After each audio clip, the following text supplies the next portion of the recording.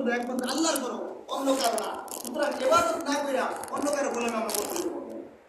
চাকরি করি তাহলে আগে ইবাদত, আগে 5 ওয়াক্ত নামাজ, এরপরে চাকরি। আমি আমার ব্যবসা করি, আগে 5 ওয়াক্ত নামাজ, এরপরে ব্যবসা।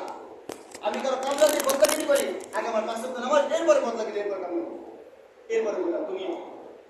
এইভাবে চিন্তা করতে হবে। সবার মুখের মধ্যে সুন্নতে দাঁড়িয়ে নিয়ে আসতে হবে, এক মুষ্টি দাঁড়িয়ে মিনিমাম রাখতে হবে।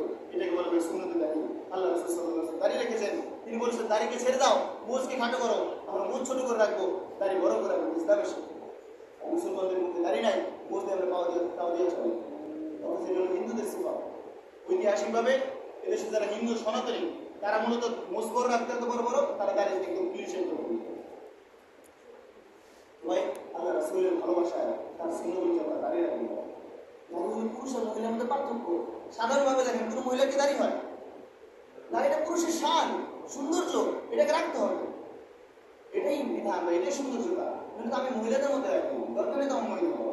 পুরুষের ভাব নিয়ে চলতে হবে, দাঁড়িয়ে রাখতে হবে। যে দাঁড়িয়ে রাখে সে এমন অন্য কর্ম দেখবে, এমন অন্য কোনো দেখবে, সে চিন্তা করে যে 10 জন মাঝখানে একটা সিগারেট খামো আমার মধ্যে দাঁড়িয়ে আছে, এটাকে কখনো সে সরাসরি কোনো মেয়েদের উল্টাপাল্টা করে না। কারণ ওই দাঁড়িয়ে রেখে কাম করে, এরকম তো দাঁড়িয়ে আমাদের অনেকগুলো দেখতে হবে।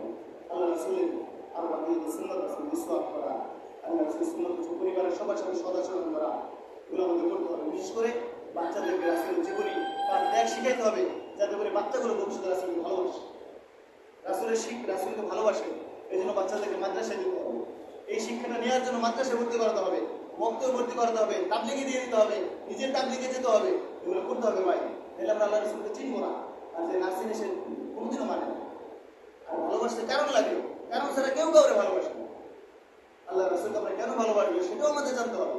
তাহলে ইনশাআল্লাহ আমাদের দিলের মধ্যে রাসূলের ভালোবাসা আসবে, আর আল্লাহ সন্তুষ্ট হবে ইনশাআল্লাহ। কি ভাই, আল্লাহ রাসূলের ভালোবাসা যাবে ইনশাআল্লাহ? ইনশাআল্লাহ। আল্লাহ রাব্বুল আলামিন আমাদের ভরপুর তৌফিক দান করুন। আল্লাহ রাব্বুল আলামিন আমাদের দিনের মধ্যে কবুল মঞ্জুর করে নেন। আমাদের পুরো মহল্লার মধ্যে সহকারে পুরো বাংলাদেশের মধ্যে আল্লাহ রাব্বুল আলামিন দ্বীনে একটা আবহাওয়া তৈরি করে দেন। মুসলমানদের মধ্যে পরস্পর ভ্রাতৃত্ব, ভালোবাসা, মিল মহব্বত তৈরি করবেন।